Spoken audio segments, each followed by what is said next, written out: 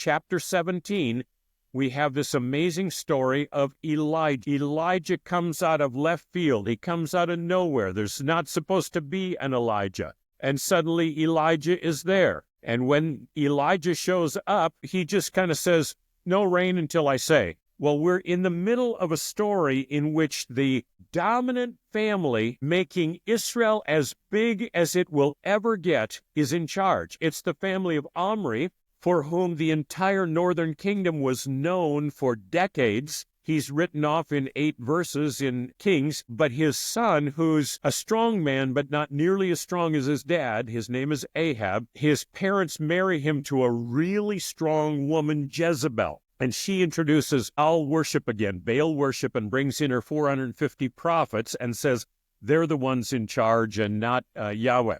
Well, just as that takes place, suddenly this guy pops out of nowhere. His name is Elijah.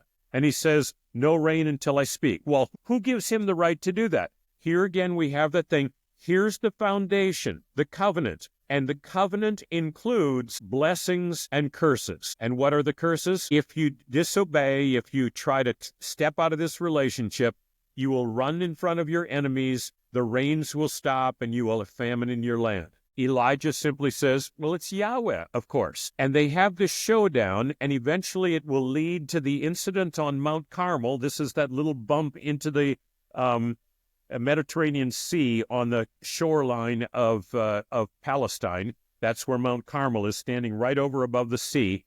And the big thing is the prophets of Baal, they come, and Elijah comes. And they agree to a one-time showdown. They will make altars out of stones, wood, and kill a beast and put the beast on top.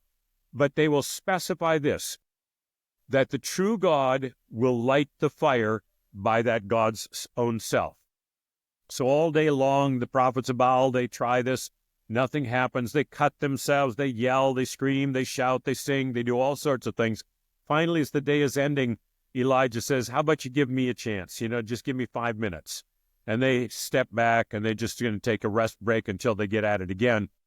And Elijah says, now, to make sure that I'm not doing any trickery, he has everything doused with water again and again, even digs a ditch around the altar and fills that with water. I mean, this thing is saturated. No possibility that he's hidden some coals inside that'll suddenly erupt into flames. And he simply prays, okay, Yahweh, do your thing. Wham! The fires of heaven come down and destroy the thing. And what is the outcome?